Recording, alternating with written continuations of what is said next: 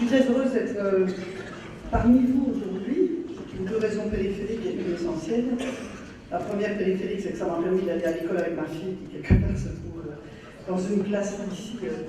à l'étage. Deux, que ça me permet de parler après Étienne Michel, avec lequel j'ai travaillé pendant 10 ans, et nous avons eu quand même quelques aventures communes et au service de l'école, je précise, puisqu'on a quand même assez bien travaillé pour faire cette fameuse révolution de la Saint-Boniface qui a quand même permis de réinvestir plus d'1,2 milliard dans l'école et aussi de renforcer le financement de l'enseignement libre, ce qui était quand même relativement nécessaire et qui le reste toujours, j'en suis conscient. Et puis surtout, une raison beaucoup plus essentielle, c'est de pouvoir vous souhaiter un bon anniversaire,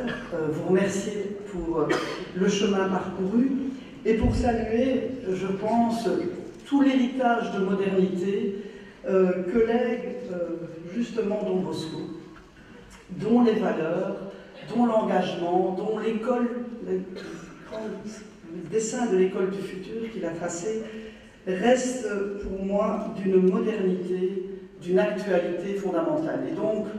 on fête peut-être un bicentenaire, 200 années d'éducation du passé,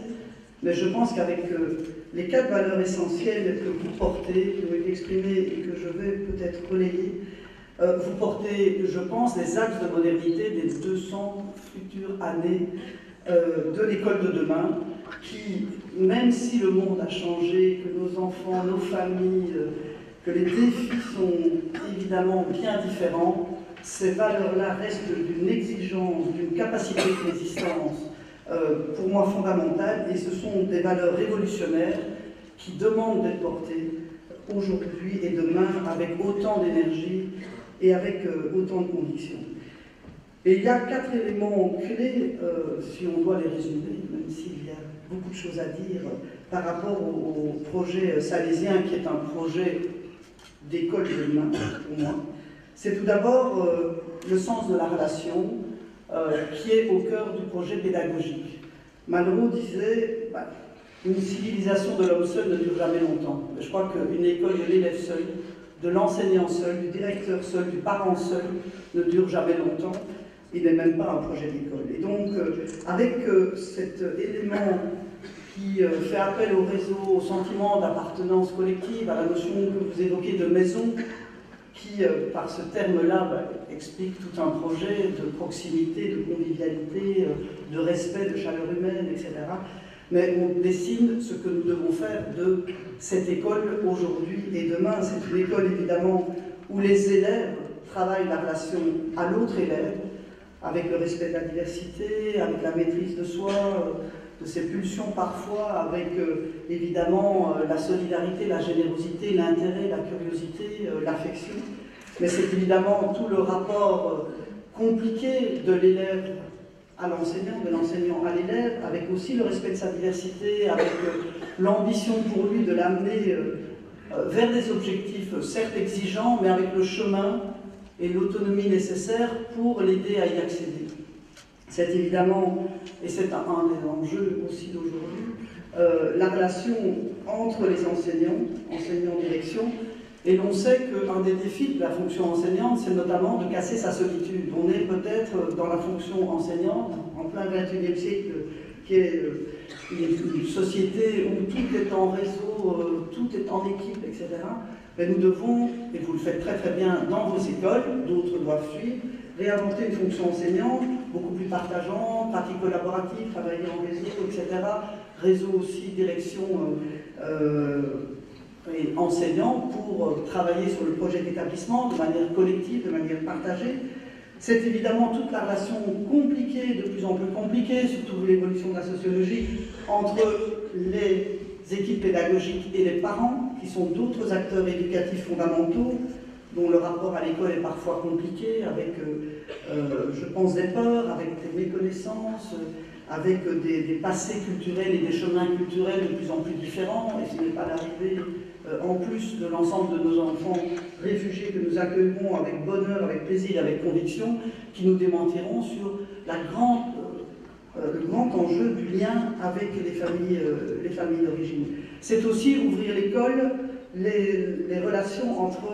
les équipes pédagogiques et tout le monde extérieur à l'école, mais qui doit devenir aussi intérieur à l'école. Je parle des équipes CPMS, des acteurs extérieurs de l'aide à la jeunesse, d'autres acteurs associatifs, sportifs, culturels, et aussi, surtout, et je pense qu'en cela, Don Bosco a été un grand précurseur de la relation entre, et notamment pour le qualifiant, entre l'école et l'entreprise, avec une logique de partenariat, une logique contractuelle, avec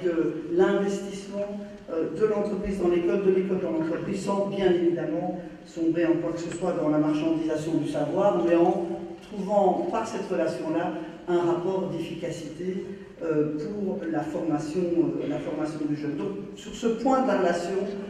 je pense qu'il y a un enjeu majeur qui reste d'une modernité complète. Deuxième grande caractéristique, et Étienne l'a dit avec les mots choisis, quand on voit et qu'on repense à la phrase de Don Bosco disant « je veux que vous soyez heureux », ben voilà, c'est tout un projet qui est bien autre chose qu'uniquement donner des savoirs qui sont essentiels, développer des compétences qui sont essentielles, favoriser des attitudes qui sont essentielles, mais c'est surtout créer un être humain qui a un objectif dans la vie, c'est ce patrimoine dont je parlais, de l'immatériel, de l'essentiel, des valeurs, des repères, de la résistance contre tout ce qui ne nous convient pas dans cette société consumériste, matérialiste, individualiste, parfois radicalisée, de plus en plus intolérante, trop souvent raciste, de repli sur soi, très violente parfois. Et c'est en cela que nous avons des valeurs majeures à donner pour créer ces citoyens de demain qui devront porter une société humaniste, résistante par rapport à ces différentes dérives. Et c'est en cela que le projet salésien est aussi une modernité fondamentale. Troisième grande caractéristique, je pense, qui est aussi vraiment nécessaire, c'est que nous avons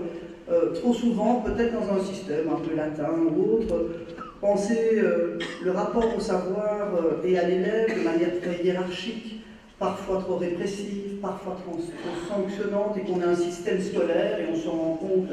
dans toutes les analyses que nous faisons sur le pacte pour l'enseignement d'excellence, où il y a constamment, trop souvent, cette approche du redoublement, de l'échec, de voir et de dire à l'élève toujours ce qui ne va pas, ce qu'il doit absolument améliorer, etc., avec dès lors un sentiment de perte de confiance, où on ne valorise pas nécessairement le talent, où, comme vous l'avez dit, on ne renforce pas la confiance qui est basée sur l'affection, bien entendu, et la bienveillance, et c'est fondamental. Et toute la logique que nous devons déployer dans un enseignement d'excellence, ce n'est pas du tout le fait d'en arriver à un nivellement par le bas, en quoi que ce soit, en ayant une approche plus positive, mais je pense qu'on peut déployer et amener beaucoup plus l'élève vers l'objectif si on lui rend confiance, si on explique ce qui va bien, si on a bien évidemment des évaluations, mais à portée plus positive, plus formative, si le rôle de l'inspection n'est pas nécessairement d'aller voir tout ce qui ne va pas, mais d'essayer de déployer sur base d'un diagnostic ce qu'on peut améliorer de manière positive en soutien aux équipes pédagogiques, aux établissements et aux enseignants. Et je pense que cette présence préventive, comme vous le dites, qui n'est pas répressive, est un élément majeur, pédagogique, qui rime tout à fait avec l'excellence, mais une excellence voilà, personnalisée, différenciée.